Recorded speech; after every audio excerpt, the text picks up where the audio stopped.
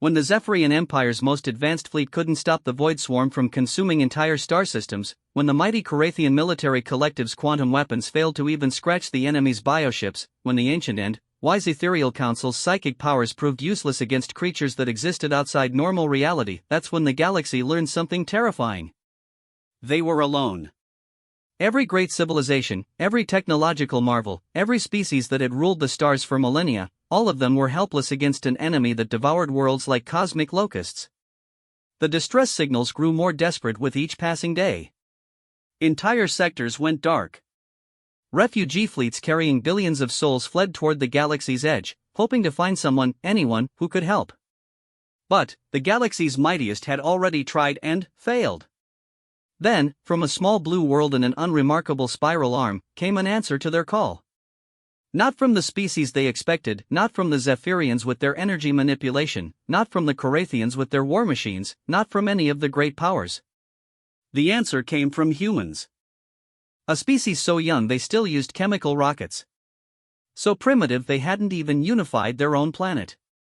So insignificant that most galactic databases listed Earth as classification, pre-contact, technological level, negligible, strategic value, none. But, when every advanced civilization in the galaxy had given up hope, when surrender seemed like the only option left, these humans did something that no one expected. They said yes. And the galaxy would never be the same again. The emergency session of the Galactic Council had been going for 37 standard hours, and Ambassador Veltar of the Zephyrian Empire was running out of both patience and hope. Around the massive circular chamber, representatives from 347 different species argued, pleaded, and shouted in languages that universal translators struggled to keep up with. The air recycling systems worked overtime to accommodate the various atmospheric requirements, creating a slight haze that seemed fitting for the doom they all faced. The Carathian 7th Fleet engaged the Void Swarm at the Helios system yesterday, announced General Krex, his forearms gesturing with military precision as holographic displays showed the battle's aftermath. The Carathian's exoskeleton gleamed under the chamber's lights, but Veltar could see the stress fractures around his compound eyes. We lost everything. 47 dreadnoughts, 800 cruisers, and over 2 million personnel. The swarm consumed them all within 6 hours. A collective shudder ran through the assembly. The Carathians were known throughout the galaxy as the ultimate warriors, their military technology unmatched, their tactical prowess legendary. If they couldn't even slow down the Void Swarm, what hope did anyone else have? The Ethereal Council attempted a psychic barrier around the Kepler sector, whispered High Priestess Anuel, her translucent form flickering with barely contained energy. The ancient beings rarely spoke above a whisper, but their words carried across space itself. We linked the minds of 10,000 of our most powerful telepaths. The swarm, it doesn't think. It doesn't feel. Our psychic attacks passed through it like light through vacuum. Veltar closed his 3 eyes and tried to process the magnitude of their situation. The Void Swarm had appeared 6 months ago at the galaxy's edge, emerging from dark space between the galactic arms like a cosmic plague. The creatures, if they could even be called that, resembled massive jellyfish made of living shadow, each one the size of a small moon. They moved through space without any visible propulsion, consuming everything in their path: ships, planets, stars, even space stations and artificial satellites. Nothing remained after their passage except empty void. Perhaps we should consider evacuation protocols, suggested Ambassador Thornix of the Silicon Collective, his crystalline body resonating with harmonics that the translators rendered as nervous uncertainty. The outer rim territories could be abandoned. We could consolidate our defenses around the core worlds. And then, what? Snapped Commander ZYLPH of the Aquatic Federation, water cascading from her breathing apparatus as she leaned forward. We've already lost 43 systems. The swarm grows larger with every world it consumes. Even if we retreat to the galactic center, we're only delaying the inevitable. The chamber erupted in fresh arguments. Some species demanded immediate military action, despite the obvious futility. Others proposed desperate scientific experiments or attempting to negotiate with creatures that had shown no sign of intelligence or communication ability. A few suggested fleeing the galaxy entirely, though no one could explain how billions of beings would accomplish such a massive exodus. Veltar had been listening to the same circular debates for over a day. As the Council's senior mediator, he'd helped resolve thousands of conflicts over his 2-century career. He'd seen wars ended, trade disputes settled, and even prevented 3 different apocalyptic scenarios. But this was different. This wasn't a problem that could be solved with diplomacy or compromise. This was pure extinction staring them in the face.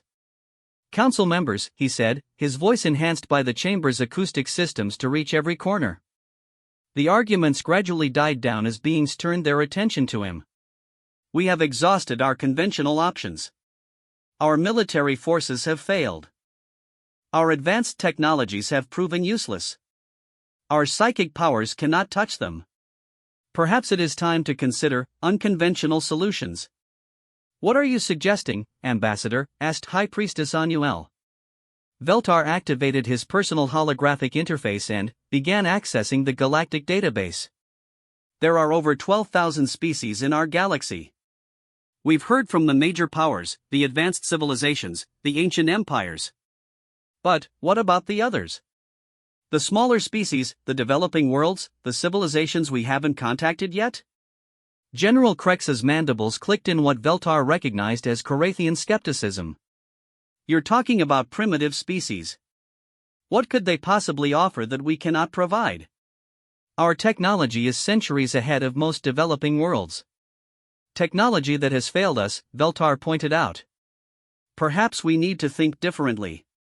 Perhaps we need fresh perspectives, new approaches, unconventional strategies.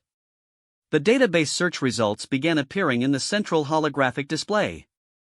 Thousands of species scrolled past: gas-dwelling crystalline beings, hive-minded insectoids, silicon-based rock creatures, energy beings, aquatic civilizations, and countless others.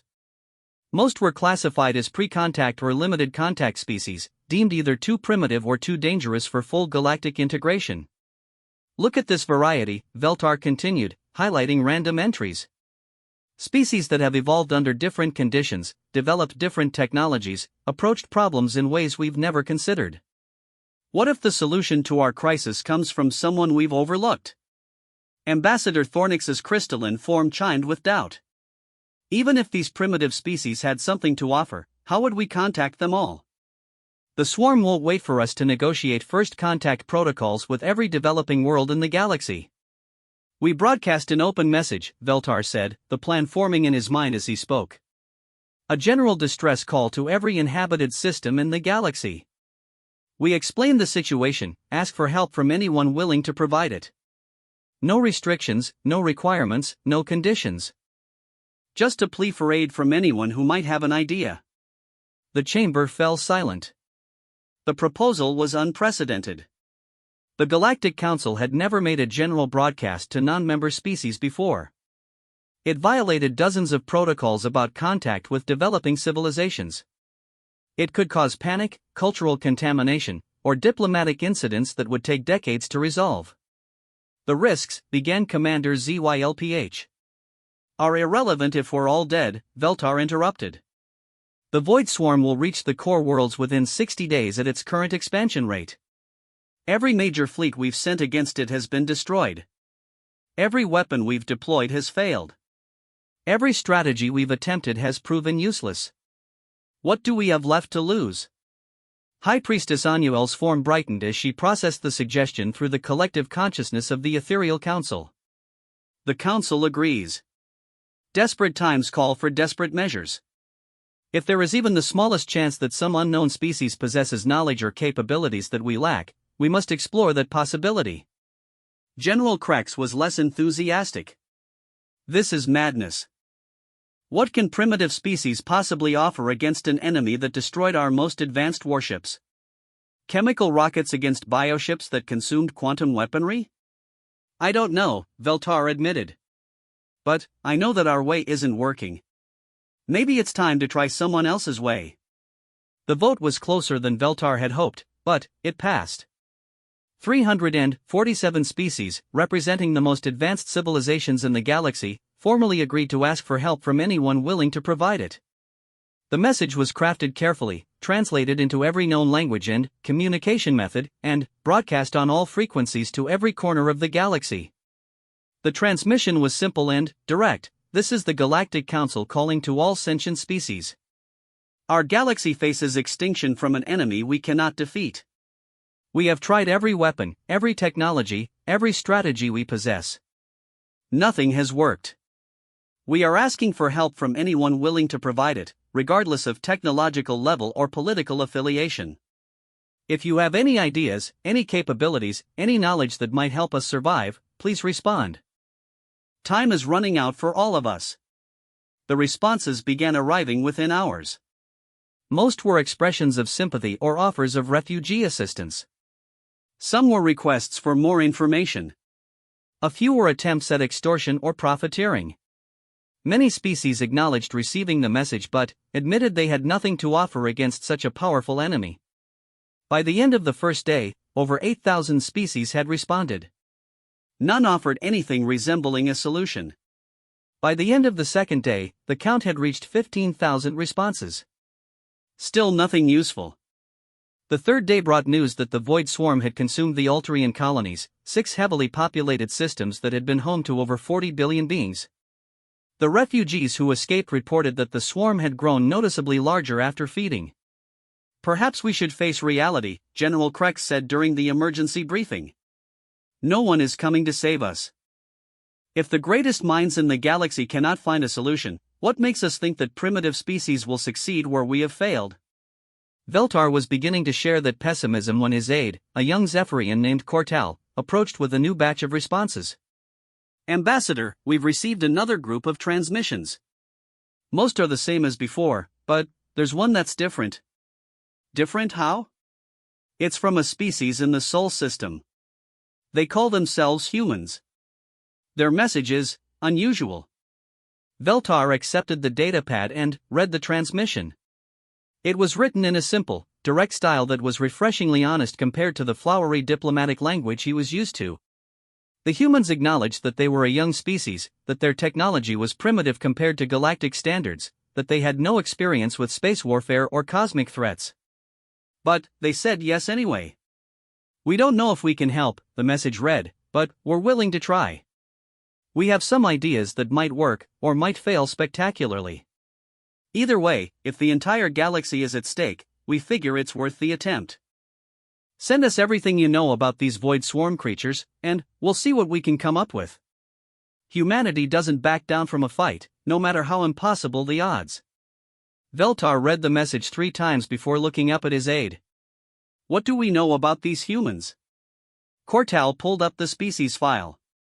Pre-contact species from a small world in the Orion Arm technological level classified as primitive. They're still using chemical propulsion and haven't achieved faster than light travel.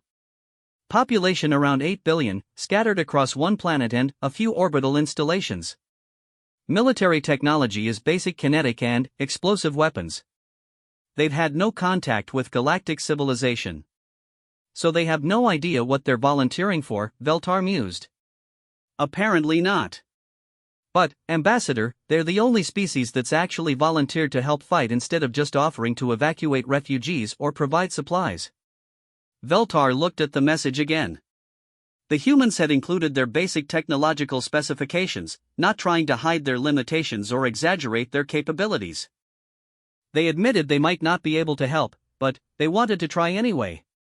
In 3 days of responses from the most advanced civilizations in the galaxy, these primitive humans were the only ones offering to actually confront the threat. Send them the complete Void Swarm data package, Veltar decided. Everything we know about their biology, behavior patterns, defensive capabilities, consumption methods, movement patterns, all of it. Sir, that violates first contact protocols. We're not supposed to share advanced information with pre-contact species without proper preparation and, Cortal, Veltar interrupted. In 35 days, the Void Swarm will reach the Zephyrian home system. In 60 days, they'll arrive at Galactic Council headquarters. Every military force in the galaxy has already failed to stop them. Do you really think this is the time to worry about first contact protocols? The aide nodded and began preparing the data transmission. As Veltar watched the comprehensive files being packaged for transmission to Earth, he wondered if he was making a terrible mistake. These humans had never even left their own solar system. What could they possibly know about fighting cosmic threats that the galaxy's greatest civilizations didn't? But, then, he remembered something his mentor had told him centuries ago: sometimes the best solutions come from those who don't know what's impossible. The transmission to Earth included not just the Void Swarm data, but also the current positions of all galactic fleets, the locations of major population centers, and detailed tactical reports from every failed engagement. If the humans were sincere about helping, they would need to understand the full scope of the crisis. The response came back faster than Veltar had expected, less than 12 hours after the data package was delivered. "We've analyzed your information," the human reply began. "Your enemy is definitely beyond anything we've encountered before, and, honestly, the odds look terrible. But we think we might have some ideas that could work. The problem is, we'd need to get our people and equipment to the combat zone, and we don't have faster than light travel yet. Could you help with transportation?" Veltar stared at the message in amazement. Not only were the humans still willing to help after seeing the full scope of the threat, they were making practical requests about logistics. They weren't backing down, they weren't making excuses, they weren't asking for payment or guarantees. They just wanted to know how to get to the fight. General Krex was less impressed when Veltar shared the exchange during the next council session. "This is madness, Ambassador. You're talking about bringing primitive aliens into a war zone where our most advanced forces have been annihilated. What do you expect them to accomplish?" "I expect them to try," Veltar replied. "Which is more than anyone else has offered." High Priestess Anuel's form flickered with interest. The Ethereal Council is intrigued by these humans. Their thought patterns are unusual. We sense determination where logic would dictate despair. Perhaps such unconventional thinking is exactly what we need. The debate continued for hours, but eventually the Council agreed to send a transport ship to Earth. If nothing else, they could evaluate what these humans had in mind before committing to anything dangerous. As Veltar authorized the mission, he couldn't shake the feeling that they were either making the greatest mistake in galactic history, or taking the first step toward salvation. With the Void Swarm consuming another system every few days and no other options remaining, he supposed they were about to find out which one it was. The transport ship departed for Earth carrying a small diplomatic team and enough space to bring back whatever the humans wanted to contribute to the fight. Veltar found himself checking the mission status every few hours, wondering what they would find on that small blue world, and whether humanity would prove to be the galaxy's last hope or just another disappointment in a long list of failed solutions. Either way, they were about to discover what happened when you asked the galaxy for aid and only humans answered the call. The alien ship appeared over Earth on a Tuesday morning, and Dr. Sarah Chen was drinking her third cup of coffee when every satellite, radar station, and deep space monitoring system on the planet started screaming alerts simultaneously. "Ma'am, you need to see this," called Lieutenant Rodriguez from across the NORAD command center, his voice tight with controlled panic. "We've got an object approximately 2 kilometers long descending through the atmosphere over the Pacific. It's not following any ballistic trajectory we understand, and it's definitely not one of ours." Sarah set down her coffee and moved to the main display, where dozens of technicians tracked the impossible object. As the head of the newly formed Extraterrestrial Contact Protocol Team, a position she'd held for exactly 3 weeks since humanity had received the galactic distress call, she was supposedly prepared for this moment. In reality, nobody could prepare for first contact with beings from another world. "Are they responding to our communications?" she asked. "Yes, ma'am. They're transmitting on multiple frequencies in what appears to be perfect English. They're requesting permission to land at Edwards Air Force Base and asking to speak with whoever sent the response about helping with the Void Swarm." Sarah felt a mixture of excitement and terror. 3 weeks ago, the entire world had been stunned when radio telescopes detected the massive alien transmission asking for help. The message had been broadcast simultaneously in hundreds of languages, many of which Earth's computers couldn't even begin to decode. The revelation that humanity wasn't alone in the universe had sent shockwaves through every government, religion, and scientific institution on the planet. But what had surprised everyone even more was the decision to respond. After days of emergency meetings, heated debates, and consultations with every expert available, President Harrison had authorized a simple reply: Earth was willing to help, despite their primitive technology. Most world leaders had expected nothing to come of it. The alien transmission had made it clear that the Void Swarm was destroying civilizations far more advanced than humanity. What could Earth possibly offer against such a threat? Dr. Marcus Webb had been asking that same question for weeks. As Sarah's deputy and the team's chief military strategist, he'd been working with Pentagon planners to develop some kind of response plan. Now, as alien ships actually appeared in Earth's skies, his skepticism was obvious. "Sarah, we don't even know what we're dealing with here," Marcus said, pulling up intelligence reports on the main screen. "The data package they sent us shows weapons that make our nuclear arsenal look like firecrackers. Energy shields that could deflect asteroid impacts. Ships that can travel faster than light. What exactly are we supposed to contribute to this fight?" "I guess we're about to find out," Sarah replied, watching the alien vessel settle onto the dry lake bed at Edwards with impossible grace. The ship was unlike anything from human science fiction, a flowing, organic shape that seemed to shift and change as it moved, like liquid metal given form and purpose. "Rodriguez, patch me through to the president. We're going to need authorization for formal first contact protocols." The next few hours passed in a blur of security briefings, diplomatic preparations, and frantic attempts to set up translation systems that turned out to be completely unnecessary. The alien visitors spoke English with perfect fluency, having apparently learned the language from Earth's broadcast signals during their approach. Sarah found herself walking across the Edwards Air Force Base runway toward the alien ship, accompanied by a small diplomatic team and enough military hardware to level a city. Not that any of it would matter if the aliens had hostile intentions, their ship's technology was so far beyond Earth's capabilities that resistance would be pointless. The ship's exterior was smooth as glass but warm to the touch, and, when they approached, a section of the hull simply flowed aside to reveal an entrance. Sarah had expected an airlock or decontamination chamber, but instead found herself walking directly into what appeared to be a comfortable meeting room with furniture sized for human proportions. 3 beings waited inside, and Sarah's first thought was how remarkably normal they looked. The leader introduced himself as Ambassador Veltar of the Zephyrian Empire. He was tall and thin, with 3 eyes arranged in a triangular pattern and skin that seemed to shimmer with internal light. The other 2 were identified as Captain Rixtal of the transport ship and Dr. Yendar, a xenobiologist studying the Void Swarm. "Dr. Chen," Ambassador Veltar began, "I must confess, your species continues to surprise us. When we received your offer to help, many on the Galactic Council assumed it was either a misunderstanding or misplaced optimism. Yet here you are, apparently serious about facing an enemy that has destroyed some of the most powerful civilizations in the galaxy." Sarah sat down in one of the provided chairs, noting that it adjusted automatically to her body shape. "Ambassador, I won't lie to you. We know we're outmatched. Our most advanced weapons are probably toys compared to what you've shown us. But we've reviewed your data on the Void Swarm, and we think we might have some insights that your advanced civilizations have overlooked."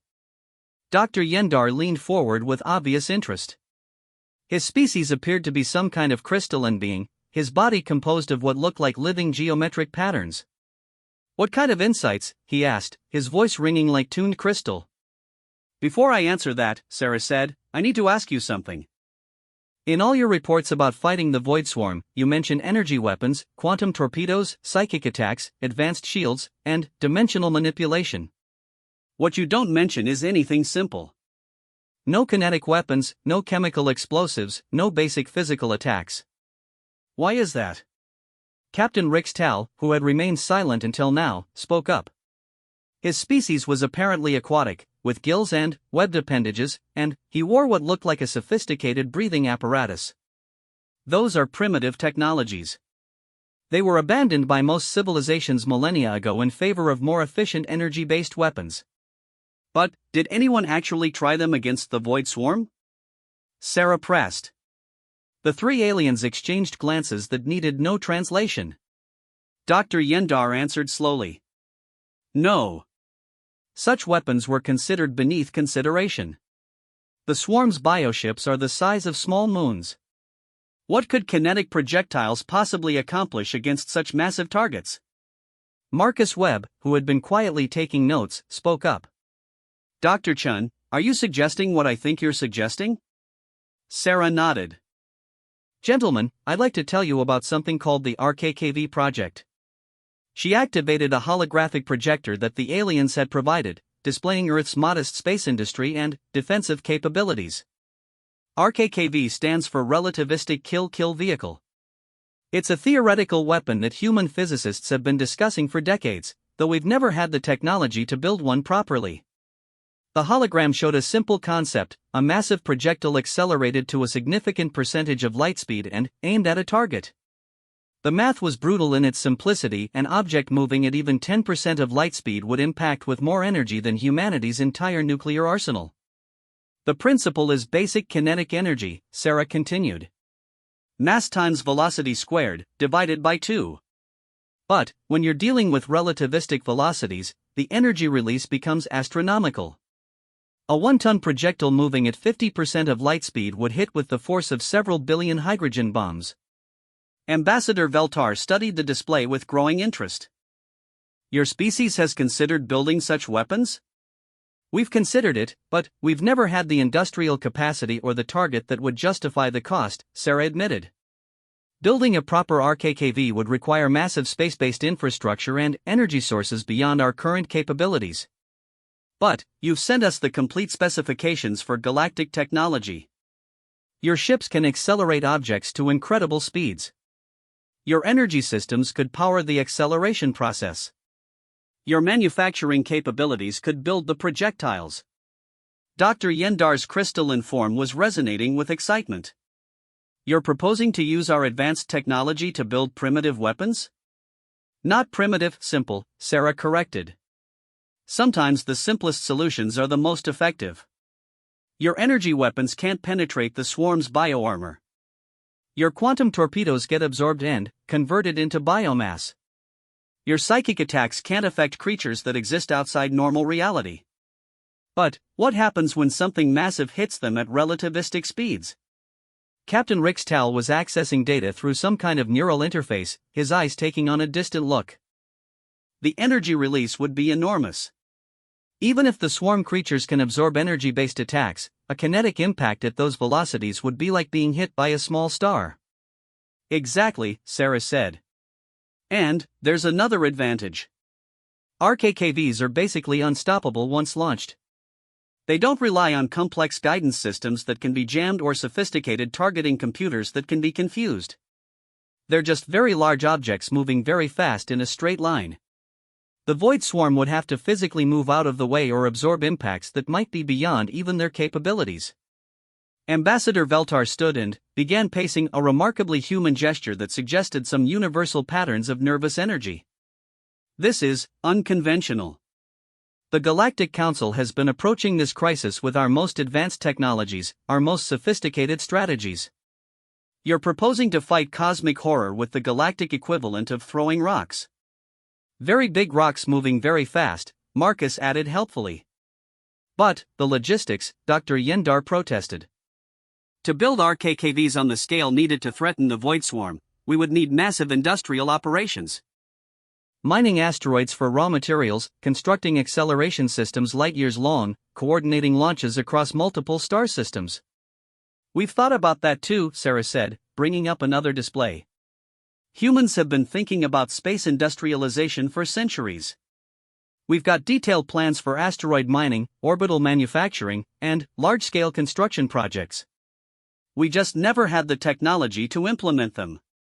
But, with galactic resources and human planning. The room fell silent as the implications sank in.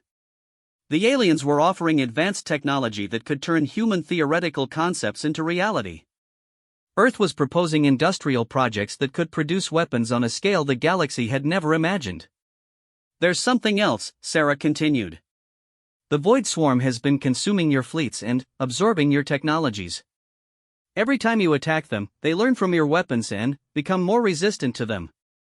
But they've never encountered kinetic weapons at these scales.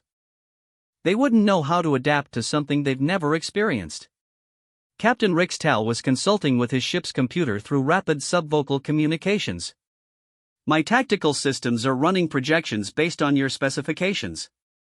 A properly designed RKKV could indeed deliver energy levels that exceed anything in our conventional arsenals. The question is whether we can build them quickly enough and in sufficient numbers to make a difference. How much time do we have? Marcus asked. The Void Swarm's current expansion rate gives us approximately 53 days before they reach the first major populated systems in the galactic core, Ambassador Veltar replied. After that, the casualty rates become unacceptable. Sarah felt the weight of that deadline. 53 days to design, build, test, and deploy a completely new type of weapon using technologies that humanity barely understood, against an enemy that had already defeated every other option. Under normal circumstances, such a project would take years or decades. We'll need to work around the clock, she said. Human engineers working with galactic technology, your industrial capacity combined with our industrial planning, the best minds from both our civilizations focused on a single goal. Dr. Yendar's form was pulsing with what Sarah was beginning to recognize as excitement. The theoretical framework is sound. The engineering challenges are significant but not insurmountable. But we would be committing enormous resources to a completely untested weapon system based on the theories of a pre-contact species. Do you have a better idea? Sarah asked directly. The three aliens looked at each other, and Sarah could see the answer in their expressions. They didn't have a better idea. They didn't have any idea that hadn't already failed catastrophically. Ambassador Veltar made what seemed to be a significant decision. Dr. Chen, I am authorized to commit the full resources of the Galactic Council to your project. Ships, raw materials, manufacturing facilities, energy systems, whatever you need. But, I must ask you directly, do you truly believe this will work? Sarah considered the question carefully. The honest answer was that she didn't know. The RKKVs might work perfectly, or they might fail as completely as every other weapon tried against the Void Swarm. The physics seemed sound, but theory and practice were often very different things when dealing with cosmic-scale engineering. But, looking at the three aliens who had traveled across the galaxy to ask for help from a species they considered primitive, Sarah realized that doubt was a luxury they couldn't afford. Ambassador, I believe it's worth trying. And, sometimes that's the difference between victory and extinction, being willing to try something new when everything else has failed. The next few hours were spent in intensive planning sessions as human engineers were brought in to work with alien technology specialists. The scale of the project was staggering. They would need to construct acceleration systems stretching across entire solar systems, mine asteroids for projectile materials, and coordinate launches from multiple locations to ensure simultaneous impacts.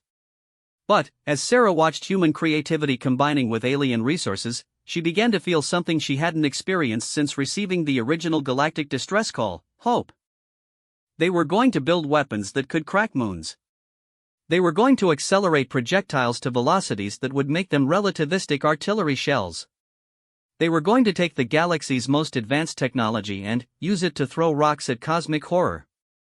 And, maybe, just maybe, they were going to save the galaxy by doing something so simple that nobody else had thought to try it. As the planning continued into the night, Sarah couldn't help but smile at the irony. Humanity had dreamed of joining galactic civilization for generations. They'd imagined learning from advanced alien cultures, sharing knowledge, and taking their place among the stars as junior partners in some grand cosmic community. Instead, their first contribution to galactic civilization was going to be teaching everyone else how to throw things really, really hard. But, if it worked, she supposed that would have to be enough. Chief Engineer Maria Santos had been awake for 48 hours straight, surviving on coffee, determination, and the kind of stubborn human refusal to accept that something was impossible. Around her, the massive construction site that had once been the asteroid belt hummed with activity that would have been inconceivable just 3 weeks ago. Maria, we've got the Corathian fabrication units online in Sector 7, called out Lieutenant Commander Zhang from his position at the main control console. The command center they'd established on Ceres was a hybrid of human design and alien technology that shouldn't have worked but somehow did. They're reporting successful integration with our mass driver designs. Excellent, Maria replied, wiping sweat from her forehead as she studied the holographic display showing the construction progress. What about the Zephyrian power cores? Installation complete on units 1 through 12. We're seeing energy output levels that are frankly terrifying, Zhang reported.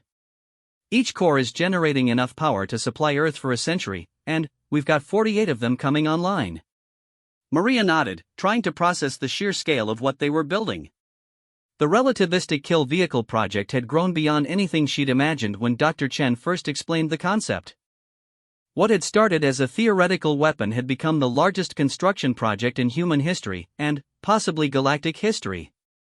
The basic design was elegantly simple, a mass driver system that could accelerate projectiles to significant percentages of light speed. But, building it required engineering on a scale that dwarfed anything humanity had ever attempted.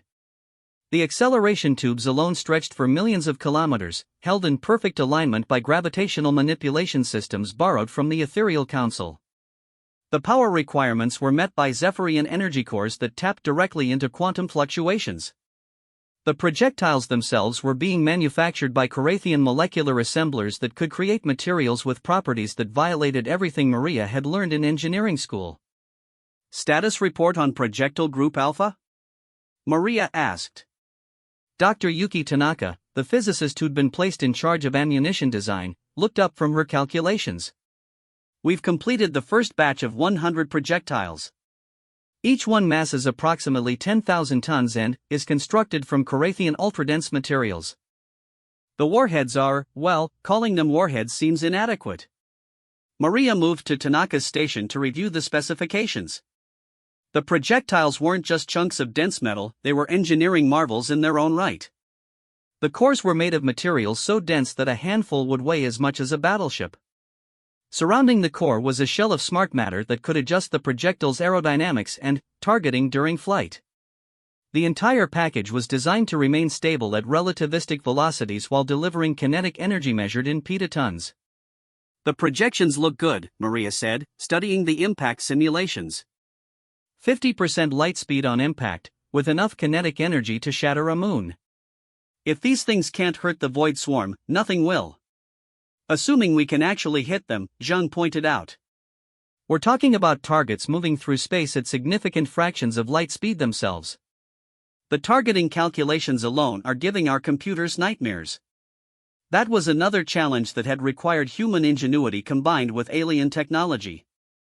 Hitting a moving target with a relativistic projectile was like trying to shoot a bullet with another bullet while both were in freefall. The solution had come from an unexpected source, the gaming community. Has anyone heard from our targeting team? Maria asked. They're still working, replied Captain Sarah Mitchell, the military liaison who'd been coordinating with Earth's defense forces. Apparently they've got some of the world's best gamers working with Ethereal Council precognitive specialists to develop the targeting algorithms. It sounds insane, but the preliminary results are promising. Maria shook her head in amazement. 3 weeks ago, she'd been designing improvements to Earth's space elevators. Now she was overseeing a construction project that spanned multiple star systems, with materials science that bordered on magic, powered by energy sources that made stars look dim, all to build weapons that could crack planets. The alien assistance had been crucial, but it was human planning and human stubbornness that had made the project possible. When Ambassador Veltar had offered galactic resources, Maria and her team had presented him with construction proposals that had left the aliens stunned. The plans called for strip mining entire asteroid belts, building acceleration tubes longer than most solar systems, and coordinating launches from dozens of different locations simultaneously. This is madness, Dr. Yendar had said during one of the planning sessions. The resource requirements alone exceed the output of most civilizations. The energy costs would bankrupt star systems. The construction timeline is impossible. The timeline is 37 days, Maria had replied calmly. The Void Swarm won't wait for us to figure out a more reasonable schedule. That had been the moment when the aliens truly understood what they were dealing with. Humans didn't just build weapons to fight impossible enemies, they rebuilt entire solar systems to do it properly. The construction had required innovations that impressed even the galaxy's most advanced species. When traditional materials proved insufficient for the acceleration tubes, human engineers had worked with Carathian nanotechnology to develop smart matter that could adapt to stress levels that should have destroyed it instantly. When power requirements exceeded what even Zephyrian energy cores could provide, physicists from Earth had proposed linking the cores into networks that amplified their output exponentially. Maria, we've got incoming ships from the Tau Ceti construction site, Zhang announced. Admiral Morrison is requesting a status update for the Galactic Council. Admiral Rebecca Morrison had been placed in overall command of the project, a position that required coordinating not just human forces but alien fleets, construction teams from dozens of different species, and resource extraction operations across multiple star systems.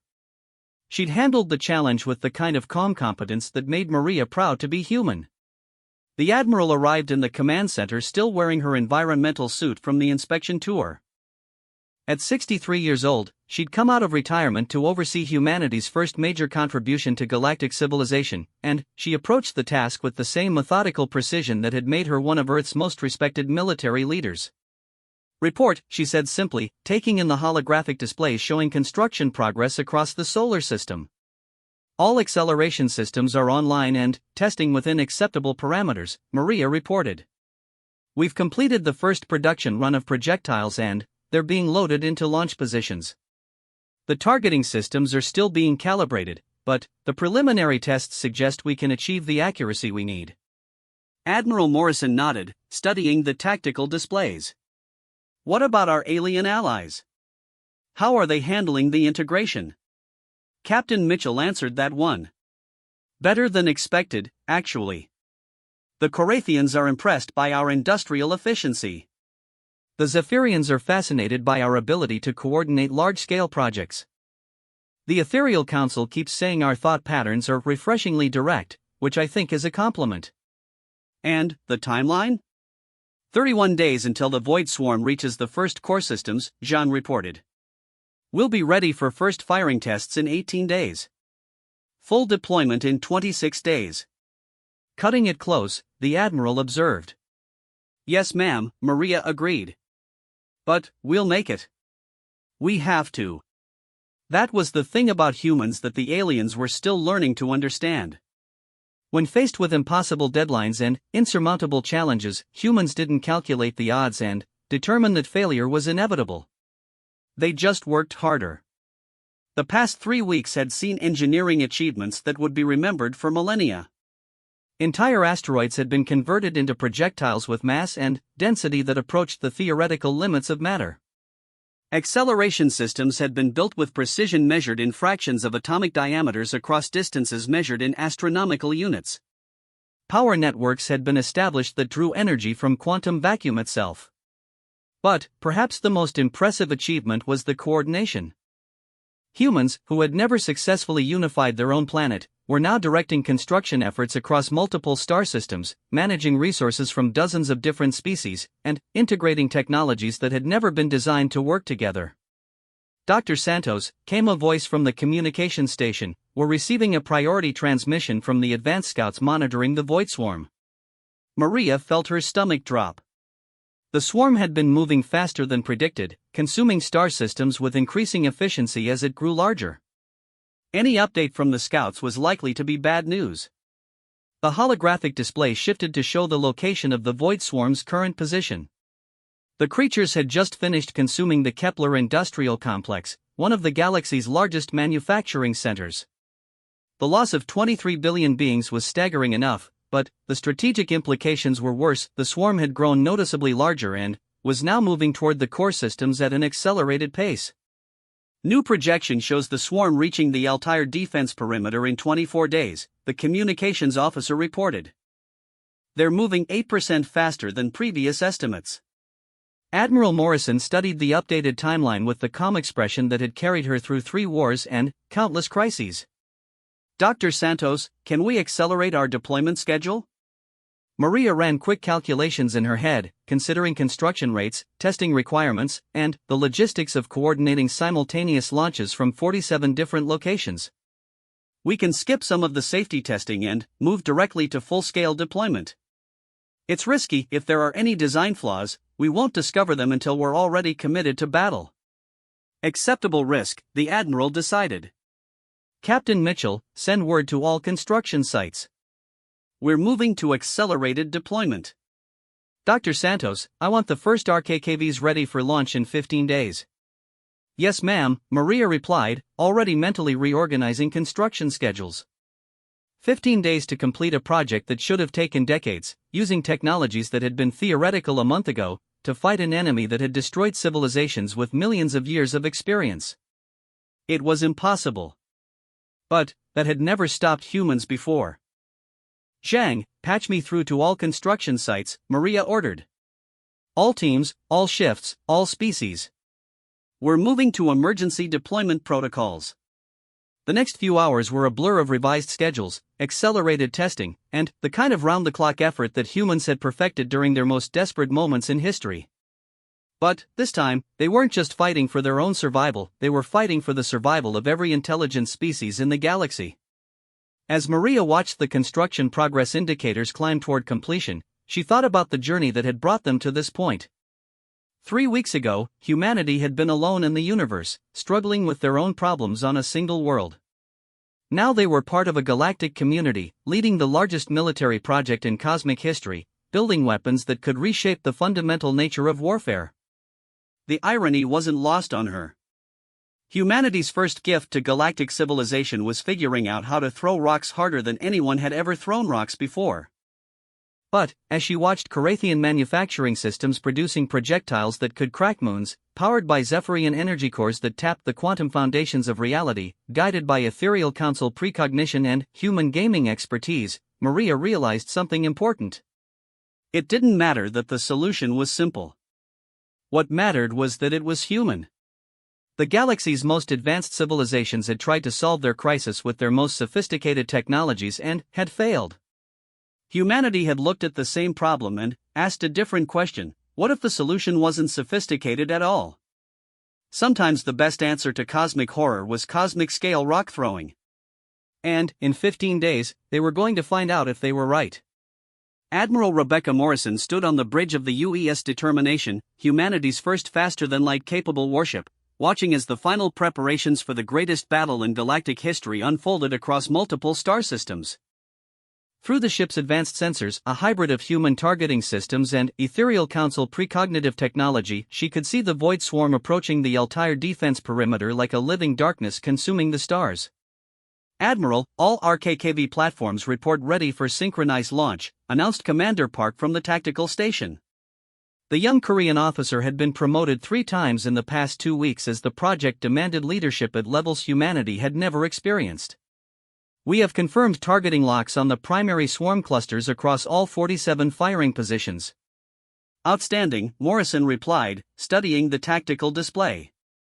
The void swarm had grown enormous since first appearing at the galaxy's edge, hundreds of bioships each the size of small moons, surrounded by clouds of smaller organisms that devoured everything in their path.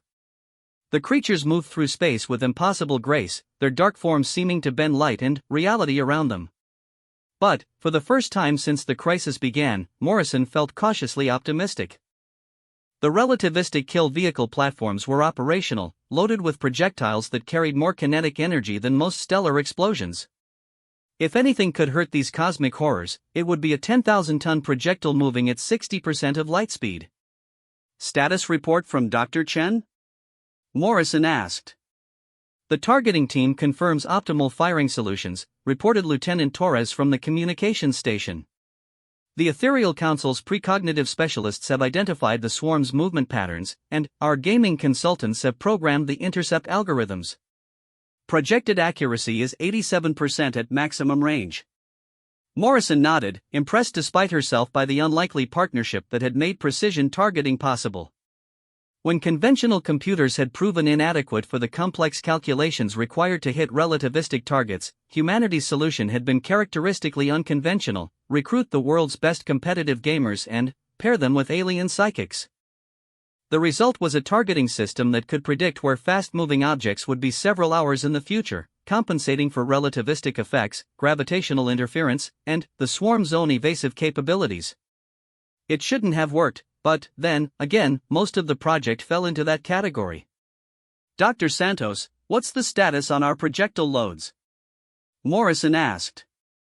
Maria Santos, now sporting the rank of Rear Admiral and the title of Chief Engineering Officer for Allied Forces, looked up from her engineering displays.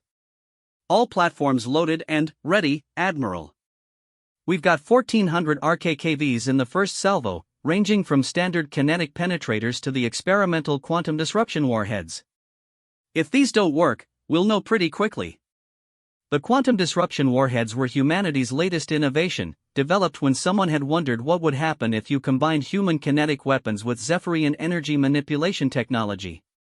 The result was a projectile that didn't just deliver kinetic energy, it temporarily destabilized the quantum structure of whatever it hit, making even the swarm's bioarmor vulnerable to conventional physics. Admiral, called Ambassador Veltar from his position at the diplomatic station, the Galactic Council is monitoring our engagement from the command ships. They wish you to know that every species in the galaxy is watching with hope. Morrison appreciated the sentiment, but she also understood the pressure it represented. If the RKKV attack failed, there were no backup plans. Every other strategy had been tried and found wanting. This was literally the galaxy's last chance. "All ships, all platforms, this is Admiral Morrison," she announced over the fleet-wide communication system.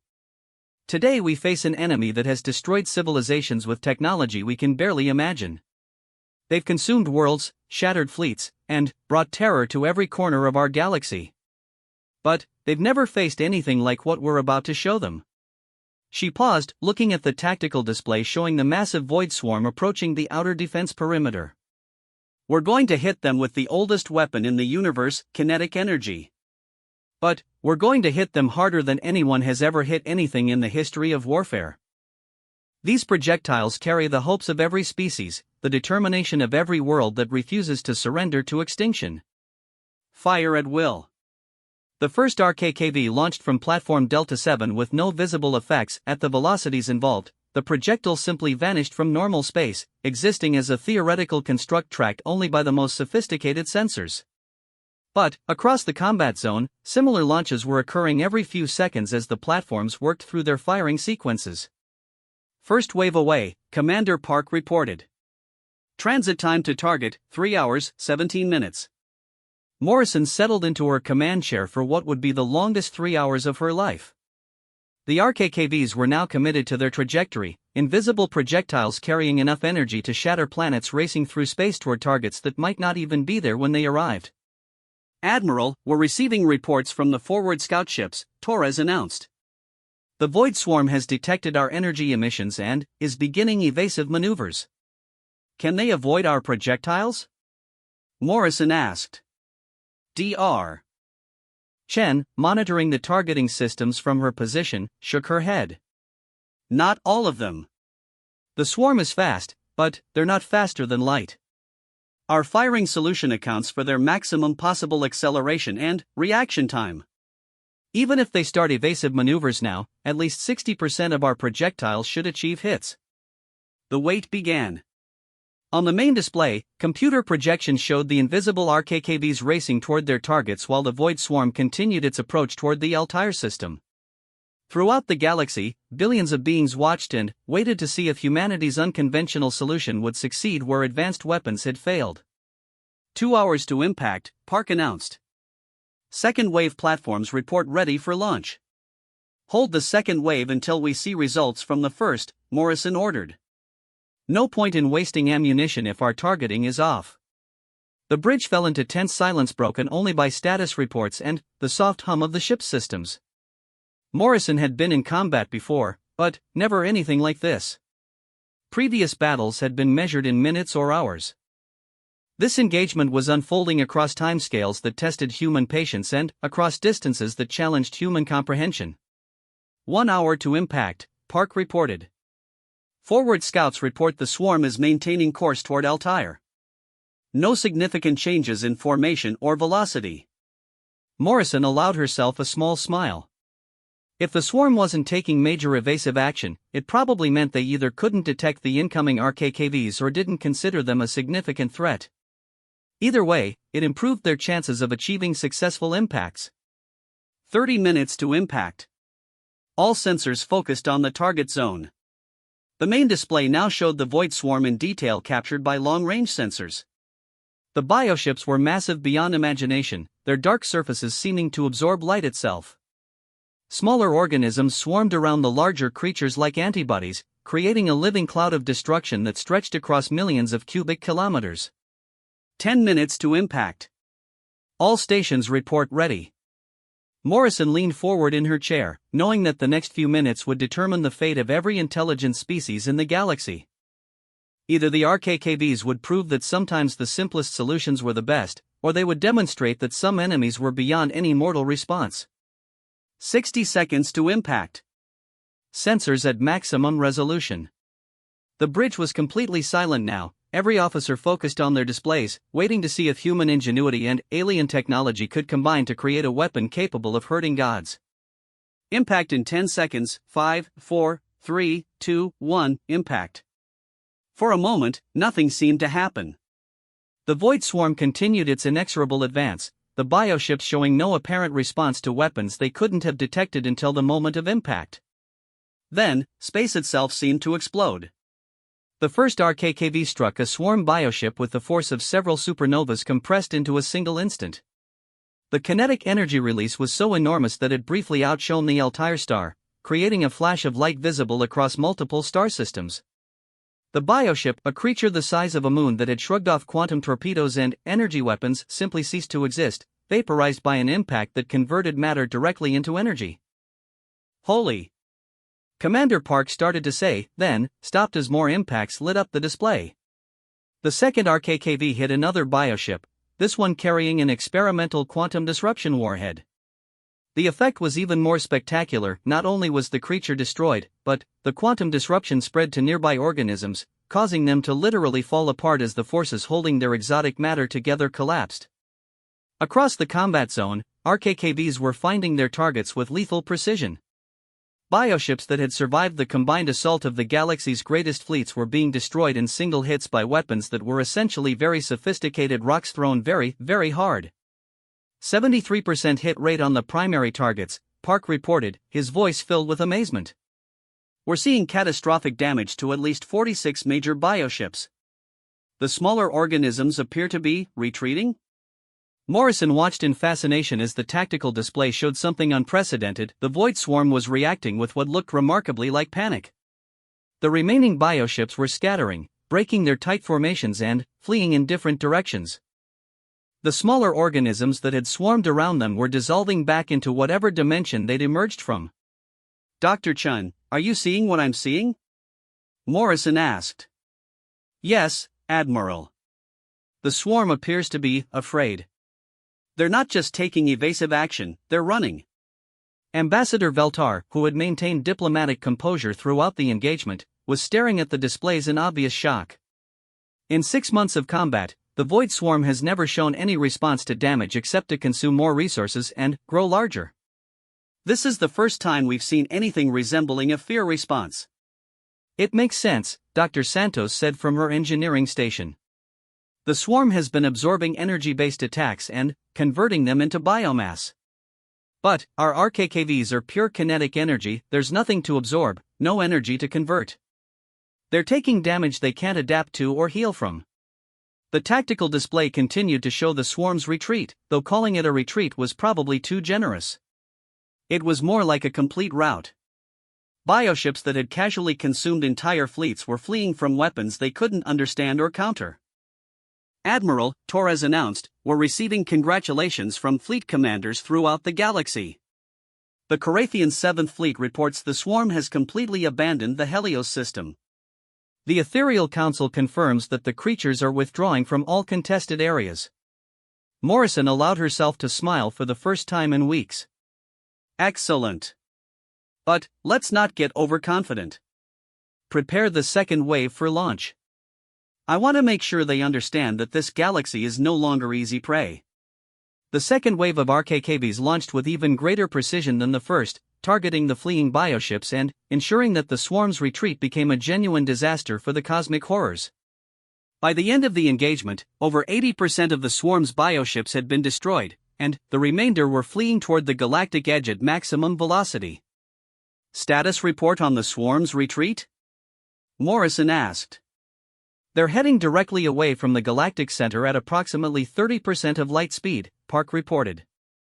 Projected course takes them out of the galaxy entirely within 6 months. Morrison nodded, satisfied with the result but not ready to declare victory yet. Maintain tracking on all remaining swarm elements. If they try to change course or regroup, I want to know immediately. As the immediate crisis passed, Morrison found herself reflecting on what they'd accomplished. 3 weeks ago, humanity had been a pre-contact species struggling with problems on a single world. Today, they'd led the largest military operation in galactic history and defeated an enemy that had brought terror to every corner of known space. But, perhaps more importantly, they'd proven something about the value of different perspectives. The galaxy's most advanced civilizations had approached the swarm crisis with their most sophisticated technologies and had failed. Humanity had looked at the same problem and asked a simpler question: what if we just hit them really hard? Admiral, Ambassador Veltar said, approaching her command chair, the Galactic Council requests your presence at an emergency session. They wish to discuss humanity's new status within galactic civilization. Morrison smiled, imagining the conversations that were probably happening in council chambers throughout the galaxy. Humanity had just saved everyone by building the cosmic equivalent of a really big slingshot. Tell them we'll be there, she said. But, first, I want to make sure our victory is complete. Dr. Santos, how quickly can we establish permanent RKKV platforms throughout the galaxy? With galactic resources and human industrial planning? 6 months for basic coverage, 2 years for comprehensive defense networks, Santos replied. Make it happen, Morrison ordered. The Void Swarm might not be the only cosmic horror out there. And, if any others are watching, I want them to understand that this galaxy is defended by people who know how to throw rocks at gods. As the UES determination headed toward the Galactic Council headquarters, Morrison looked out at the stars and wondered what humanity's future among the galaxies would hold. They'd earned their place at the galactic table not through advanced technology or sophisticated diplomacy, but by remembering that sometimes the best solutions were the simplest ones. The galaxy had called for aid, and only humans had answered. But, more than that, humans had answered in the most human way possible, by taking an impossible problem and solving it through sheer stubborn determination to throw things at it until it went away. It wasn't the most elegant solution in the universe. But, it was effective. 6 months later, Ambassador Sarah Chen stood before the Galactic Council in the Great Assembly Hall on Nexus Prime, looking out at representatives from over 400 species, and marveled at how much had changed since that desperate day when Earth first received the call for help. The hall itself was a monument to galactic diversity, atmospheric zones for every type of life, gravity fields adjusted for beings ranging from gas-dwelling crystalline entities to massive rock creatures that communicated through seismic vibrations. At the center of it all sat the Council of Speakers, with humanity now holding a permanent seat among the galaxy's governing species. Honorable representatives, Sarah began, her words automatically translated into hundreds of languages and communication methods. I stand before you today to present the quarterly report on the Galactic Defense Initiative, 6 months after the defeat of the Void Swarm. The holographic displays around the chamber lit up with data that would have been incomprehensible to humanity just a year ago. RKKV platforms positioned throughout the galaxy, early warning networks capable of detecting threats from neighboring galaxies, and industrial systems that could manufacture planet-cracking weapons on demand. The current status is as follows: we have completed construction of primary defense platforms in all major star systems, secondary platforms in 87% of inhabited systems, and mobile RKKV units deployed with all major fleet commands. Response time to any galactic sector is now under 72 hours. General Krex of the Korathian Military Collective raised one of his forearms to request recognition. Ambassador Chen, the Korathian forces have completed integration training with human tactical doctrines. We must admit, your species' approach to warfare is enlightening. Sarah smiled, remembering the cultural shock when human military advisors had begun working with the galaxy's most fearsome warriors. The Korathians had spent millennia perfecting the art of sophisticated warfare, developing weapons and tactics that were marvels of technological achievement. Humanity had looked at their methods and suggested improvements that violated every principle of advanced military science. The joint exercises have been highly successful, Sarah agreed. Our combined forces now have response capabilities that exceed anything previously achieved in galactic history. High Priestess Anuel of the Ethereal Council spoke next, her words carrying directly into the minds of everyone present. The Council wishes to acknowledge the profound changes in galactic consciousness since humanity joined our civilization. Your species' approach to problem solving has influenced thinking across all areas of society. That was an understatement. The defeat of the Void Swarm had triggered what historians were already calling the human revolution, a fundamental shift in how galactic civilization approached challenges. For millions of years, the assumption had been that more advanced technology was always the answer to any problem. Humanity had demonstrated that sometimes the answer was simpler, more direct, and more effective than anyone had imagined. The revolution had spread far beyond military applications. Human engineers were redesigning transportation systems that had been unchanged for millennia, finding ways to move cargo more efficiently by abandoning sophisticated gravity manipulation in favor of simple momentum transfer. Human economists were revolutionizing trade by applying basic supply and demand principles that had been overlooked in favor of complex mathematical models. Human doctors were making medical breakthroughs by asking why certain treatments worked instead of just accepting that they did. The cultural exchange programs have been particularly successful, Sarah continued. We now have human students in universities across the galaxy, and alien exchange students are making remarkable contributions to Earth's development. Dr. Veltar, now serving as the Galactic Council's Chief of Interspecies Relations, activated his personal display. The impact has been transformative. Human students consistently rank among the top performers in practical problem-solving courses, while their approach to theoretical subjects has forced us to reconsider fundamental assumptions about education and research. Sarah thought about some of the reports she'd received from the exchange programs. Human students were excelling in alien universities not because they were more intelligent than other species, but because they approached problems differently. When faced with complex theoretical challenges, humans had a tendency to ask simple questions that got to the heart of issues that aliens had been overcomplicating for centuries.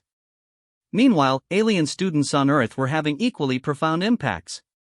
Ethereal Council students were revolutionizing human psychology by demonstrating practical applications of telepathic therapy. Corathian students were advancing human engineering by showing how to build structures that could survive virtually any disaster. Zephyrian students were helping human physicists understand energy manipulation techniques that opened entirely new fields of research. There is another matter we must address, said Ambassador Thornix of the Silicon Collective, his crystalline form resonating with complex harmonics.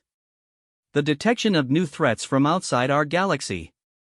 The chamber fell silent as this topic was raised. The defeat of the Void Swarm had solved the immediate crisis, but it had also revealed that their galaxy was not isolated. There were other galaxies out there, some containing threats that made the Void Swarm look manageable by comparison. Our deep space monitoring networks have detected at least 3 potential threat signatures from neighboring galaxies, Thornix continued. The closest appears to be some form of mechanical intelligence, estimated to arrive at our galactic edge in approximately 50 years. The second appears to be an energy-based life form that consumes stellar matter. The third. He paused, his form dimming slightly. The third appears to be something that our sensors cannot properly classify. Sarah nodded, having been briefed on these developments.